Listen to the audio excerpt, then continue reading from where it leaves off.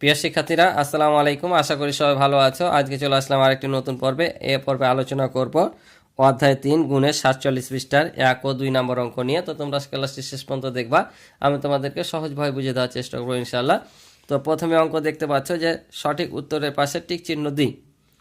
তো আমাদের এখানে টিক চিহ্নগুলো উত্তরপত্রে লিখতে হবে, অর্থাৎ তোমরা টিক চিহ্ন সম্পর্কে জেনে গেছো, ইতিপূর্বে 2টা চ্যাপ্টার করেছো।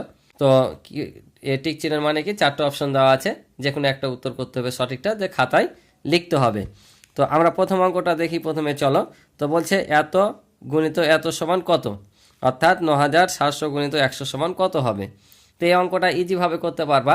তো তোমরা যেন টিক চিহ্নগুলো অতি সহজে করতে পারো এবং দেখা মাত্র যেন করতে পারো, সেভাবে আমি বুঝিয়ে দেওয়ার চেষ্টা করবো ইনশাল্লাহ, যেন মুখে মুখে তোমরা করে নিতে পারো। তো এখানে দেখো 9700 গুণিত 100। তো এমন যখন থাকবে যে আমরা 110 বা 1000 এমন কোনো সংখ্যা দ্বারা গুণ করব, অর্থাৎ 1 থাকবে, পরে বাকিগুলো শূন্য থাকবে, এমন কোনো সংখ্যা দিয়ে যদি গুণ করি, তো প্রথমে জানবা যে শূন্যগুলো নাই। তো 1 দিয়ে এটাকে আমরা গুণ করব। তো 1-এর সাথে আমরা যে সংখ্যায় গুণ করি না কেন, গুণফল কত হয়, ওই সংখ্যাটি হয়। আমরা যদি 1-এর সাথে 10 গুণ করি 10ই হবে, 15 গুণ করলে 15 হবে। তাহলে আমরা যদি 1-এর সাথে 9700 গুণ করি, তাহলে কত হবে, 9700 হবে। তারপরে এ দুটা শূন্য আমরা 9700 পর বসিয়ে দেবো, তাহলে কত হবে, এখানে 9700 আছে, আরও 2টা শূন্য যোগ হবে, তাই না? তার মানে 9,70,000 হবে।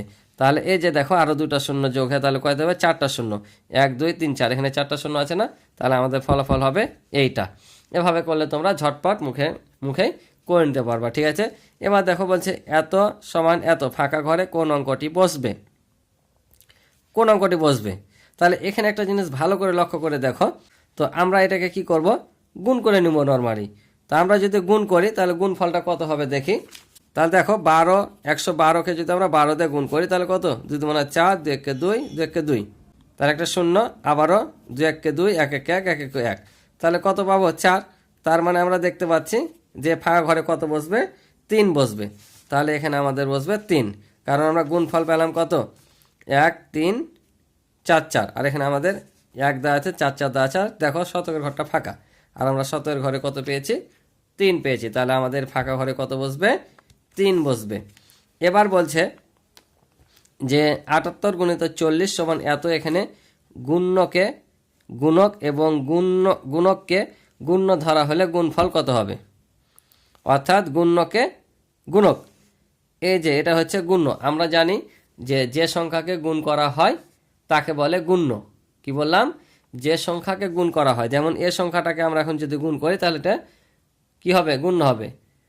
তাই যে সংখ্যাকে গুণ করা হয় তাকে বলে গুণ্য, আর যে সংখ্যা দ্বারা গুণ করা হয় তাকে বলা হয় গুণক। যেমন আমি এখানে দেখাই, 115কে এখন আমি 35 দিয়ে গুণ করব, তাহলে এটা হবে গুণ্য, আর এই যে 35 দ্বারা গুণ করব, এটা হবে গুণক। অর্থাৎ যে সংখ্যাকে গুণ করি সেটা হয় গুণ্য, আর যে সংখ্যা দ্বারা গুণ করা হয় তাকে বলা হয় গুণক। আর গুণ্য আর গুণক গুণ করে যা পায় এখানে, সেটা হবে তোমার কি, গুণফল। তাই এখানে বলছে এটা হচ্ছে গুণ্য, এটা গুণক, এটা গুণফল। তো এখানে আবার বলছে গুণ্যকে গুণক, অর্থাৎ এই গুণ্যটাকে যদি গুণক মনে করি, আর গুণকটাকে যদি গুণ্য ধরা হয়, অর্থাৎ এই গুণকটাকে যদি গুণ্য ধরা হয়, তাহলে গুণফল কত হবে। তাহলে এখানে দেখো তো, আমরা গুণের ক্ষেত্রে ধরো এখানে যে 15 আছে গুণিত 2 আছে, তাহলে আমরা এটা গুণ করলে কত হবে, 15 2 30 না। তো আমি এই 15টাকে গুণ্যটাকে এখন গুণক ভাববো, আর এটাকে গুণ্য ধরবো। তাহলে গুণ্য ধরলে আগে দেবো, আর গুণক ধরলে পরে দেবো, কারণ 2কে 15 দিয়ে আমরা গুণ করব। তাহলে গুণফল কত হবে, চেঞ্জ হবে কি, দেখো তো 30 না। তো এটাও এখানে সেম বলছে যে এটাকে যদি আমরা গুণক ধরি আর এটাকে যদি গুণ্য ধরি, তাহলে গুণফল কত হবে। তো গুণফলের কি কোনো চেঞ্জ হবে, চেঞ্জ হবে না, এটাই থাকবে। তার মানে আমাদের উত্তর কোনটা হবে, এটাই হবে। বুঝতে পারছো, এটাই ছিল প্রশ্ন। এবার বলছে রিয়ার 99টি 100 টাকার নোট আছে, রিয়ার মোট কত টাকা আছে। রিয়ার 99টি 100 টাকার নোট আছে। তো তোমরা ভাবো তো যে একটি 100 টাকার নোটে কত হয়, 100 টাকা হয় না, একটি 100 টাকার নোটে হয় 100 টাকা। তাহলে এরকম 99টি 100 টাকার নোট দিলে কত হবে, তাহলে 99-এর সাথে এটা গুণ হয়ে যাবে। তাহলে আমরা 99কে 1 দিয়ে গুণ করলে কত, 99, আর 2টা শূন্য বসে যাবে, অর্থাৎ 9,900 টাকা এটা। কারণ যদি 100টা নোট থাকতো 100 টাকা, তাহলে কত, 10,000 হতো। একটা নোট যেহেতু কম আছে, তাই কত হবে, 9,900 টাকা হবে। বুঝতে পারছো? আশা করি বুঝতে পারছো। তাহলে আমাদের উত্তর এটা। এবার দেখো 5 নাম্বার বলছে 1432 গুণিত 300 সমান কত, তাই না? তাহলে আমরা নর্মালি কি করব, 1432কে 300 দিয়ে গুণ করে দেব। তো এখানে আমরা 3 বসিয়ে এ দুটা শূন্য বাইরে দেব। ধরলাম যে এখানে দুটা শূন্য নাই, প্রথমে নর্মালি আমরা 3 দিয়ে গুণ করে দেবো। তাহলে কত হবে, 3 2 6, 3 3 9, 3 4 12, 2 হাত থেকে 1, 3 1 3 আর হাত থেকে 4, আর এখানে দুটা শূন্য বসে যাবে। তাহলে আমরা গুণফল কত পেলাম, 4,29,600। তাহলে এখানে দেখো 4,29,600 কোথায় আছে, এই যে সিম্পলি উত্তরটা হয়ে গেল। বুঝতে পারছো? তো এবার আমরা আলোচনা করব 2 নাম্বার নিয়ে। তো দেখো বলছে নিচের প্রশ্নগুলোর উত্তর দিই। এটি হচ্ছে সংক্ষিপ্ত প্রশ্ন দেওয়া আছে, এগুলোর উত্তর আমাদের বের করতে হবে। বলছে গুণফল নির্ণয় সূত্রটি কি, তারপরে এত সমান এত কত হবে, এটা সমান কত হবে, একটি কলমের দাম এত টাকা হলে 2 ডজন কলার দাম কত, গুণ্য ও গুণক স্থান পরিবর্তন করলে গুণফলে কি পরিবর্তন হয়। এটা কিন্তু মুখে মুখে তোমরা টিকচিনের মতো করে নিতে পারবা, কিন্তু যেহেতু এটা সংক্ষিপ্ত প্রশ্ন, এটা খাতা একটু করে দেখাতে হবে। ঠিক আছে? তো আমি চলো তোমাদেরকে খাতায় সরাসরি করে দিই, তোমরা কিন্তু বই দেখবা। ঠিক আছে? তো এখানে 1 নম্বরে বলেছিল গুণফল নির্ণয়ের সূত্র কি। তো গুণফল নির্ণয়ের নর্মালি সূত্র কি, গুণ্য গুণিত গুণক। তাহলে আমরা লিখবো যে এখানে গুণফল সমান গুণ্য গুণিত গুণক। এটাই হচ্ছে তোমার গুণফল নির্ণয়ের সূত্র, যে গুণ্য গুণিত গুণক। বুঝতে পারছো? তো এটাই হচ্ছে এই 1 নম্বর প্রশ্নের উত্তর। শুধু এভাবে লিখলে হলো সূত্রটা, যে গুণফল সমান গুণ্য গুণিত গুণক। তাহলে 2 নম্বরটা কি বলেছে, বলেছে যে 5,600 গুণিত 10। তো আমরা জানি একের সাথে যাই গুণ করি না কেন কি হয়, ওই সংখ্যাটাই হয়। আর তোমরা এমনিতে 300 440 এভাবে গুণ করলে তোমরা কি করবা, শূন্যগুলো রেখে দিবা, প্রথমে ওই সংখ্যাটা দিয়ে গুণ করবা, তারপর পরে দুটা শূন্য বসিয়ে দিলে হয়ে যায়। আর এখানে তো আমরা দেখতে পাচ্ছি যে 1 আর 0 আছে, তার মানে 1 দিয়ে আমরা এই দুটাকে গুণ করে নিব। তো আমরা প্রথমে 1 দিয়ে এটাকে গুণ করে নিব।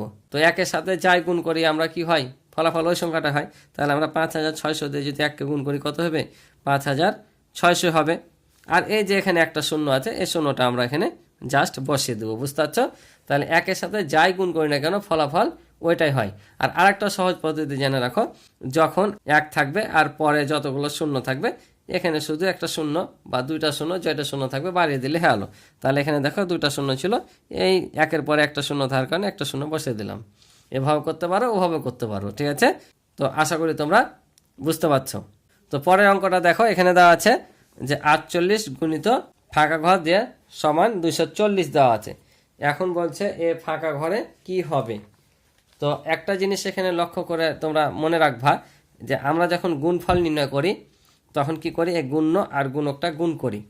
কিন্তু যখন এই গুণ্য বা গুণক ফাঁকা থাকবে আর গুণফল দেওয়া থাকবে, তখন সব সময় মনে রাখবা, যদি এই ঘর ফাঁকা থাকে তাহলে এই গুণ্য দিয়ে এটাকে ভাগ করবা, আর যদি গুণের ঘর ফাঁকা থাকে তাহলে গুণক দ্বারা ভাগ করবা। ভাগ করলে আমাদের মান বের হয়ে যাবে।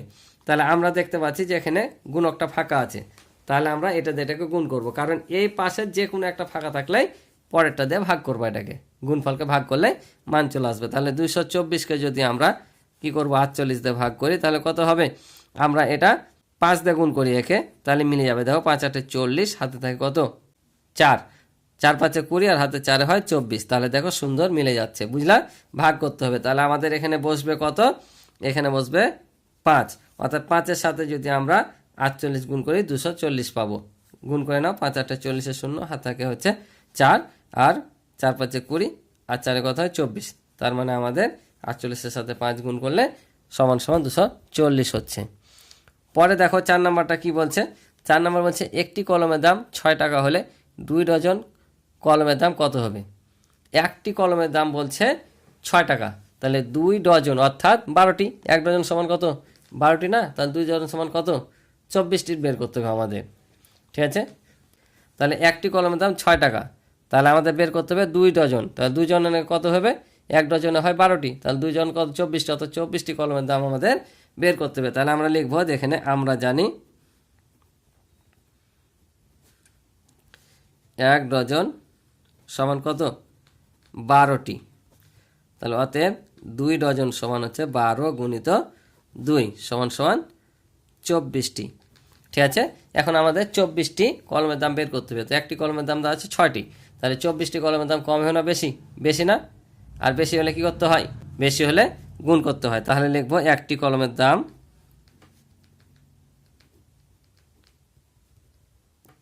6 টাকা। অতএব 24টি কলমের দাম কম হবে না বেশি? একটির দাম যদি 6 টাকা হয়, 24টির দাম বেশি হবে। তাহলে 6 গুণিত 24 টাকা। তাহলে আমরা যদি এখন 24কে 6 দিয়ে গুণ করি তাহলে কত হবে দেখো, 4 6, 24 4, হাত থেকে 2, 6 দুগুণে 12 আর 2 হয় 14, অর্থাৎ 144 টাকা। তাহলে একটি কলমের দাম যদি 6 টাকা হয় তাহলে 24টি অর্থাৎ 2 ডজন কলমের দাম কত? 144 টাকা। তাহলে আমরা লিখে দেবো অতএব 2 ডজন কলমের দাম 144 টাকা। এটা হচ্ছে উত্তর। আশা করি বুঝছো। এবার 5 নম্বর বলছে, দেখো বলছে গুণ্য ও গুণক স্থান পরিবর্তন করলে গুণফল কি পরিবর্তন হয়? তোমরা বলো তো, গুণ্য আর গুণক যদি স্থান পরিবর্তন করি তাহলে গুণফল পরিবর্তন হয় না হয় না? এই যে একটু আগে দেখালাম আমি তখন যে 15 গুণিত 2 সমান কত? 30, আবার 2 গুণিত 15 সমান হচ্ছে 30। তাহলে এখন তোমরাই বলো, গুণ্য আর গুণক যদি স্থান পরিবর্তন করে তাহলে গুণফলে কোনো পরিবর্তন হয় কি না? হয়? হয় না। তাহলে আমরা লিখে দেবো যে গুণ্য ও গুণক স্থান পরিবর্তন করলে গুণফল পরিবর্তন হয় না। তাহলে আমরা ওটাই লিখে দিলাম যে গুণ্য এবং গুণফল পরিবর্তন করলে গুণফলে পরিবর্তন হয় না। তো এই ছিল আজকে এই পর্বের অঙ্ক। আশা করি তোমরা বুঝেছো। তো ক্লাসটি ভালো লাগলে অবশ্যই চ্যানেলটি সাবস্ক্রাইব করে আমার পাশে রবে এবং ভিডিও ভালো লাগলে অবশ্যই একটি ভিডিওতে লাইক করে দিবে। আর ইতিপূর্বে যারা চ্যানেলটি সাবস্ক্রাইব করে রয়েছে তাদেরকে অসংখ্য ধন্যবাদ। তো আজকে পর্যন্ত ভালো থাকো, সুস্থ থাকো, দেখা হবে নতুন পর্বে। আল্লাহ হাফিজ।